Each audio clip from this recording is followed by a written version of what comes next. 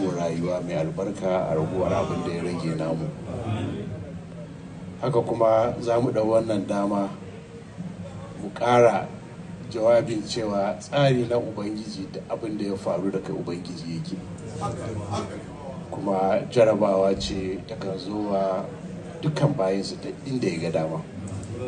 Mun gode masa da wannan jarabawa da ake ciki, kuma muna da yaƙinin za mu ci wannan jarabawa.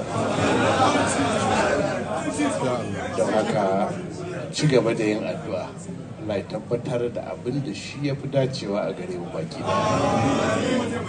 Allah ya tabbatar da adalci a tafiyar mu ta rayuwar mu.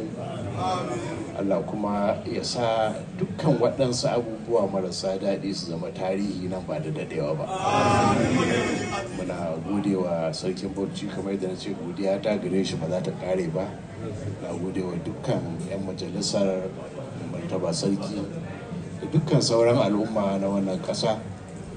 Kuma mun zo bayan gaisawa da ɗan uwanmu da masa fatan alhairi, za mu halarci taro da aka shirya a wannan gari mai albarka. Kuma tun kafin mu taho, kafin ma mu amsa gayyata, sai da muka nemi izini a wajen Martaba sarki ya amince mana. Don haka duk da wancan abu na addini da za mu gudanar, zuwa nan shine ya fi ala a gare mu, sannan kuma mu ɗora bayan ziyara da neman albarkar wannan gida. Muna fata yadda muka zo wannan gari ko muka zo wannan gida namu lafiya, Allah ya sa mu gama wannan ziyara lafiya. Allah ya mayar da mu gidajenmu lafiya.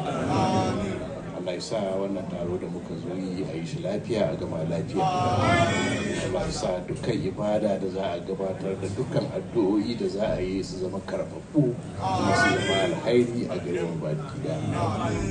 Allah ya kare mutuncinmu da addininmu. Allah ya ba mu lafiya da zaman lafiya.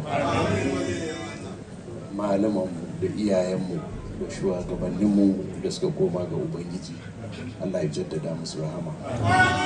Allah ya ci gaba da ba mu albarkacinsu. Idan wa'adin mu yayi, Allah ya sa mu cika da imani. Wassalamu alaikum.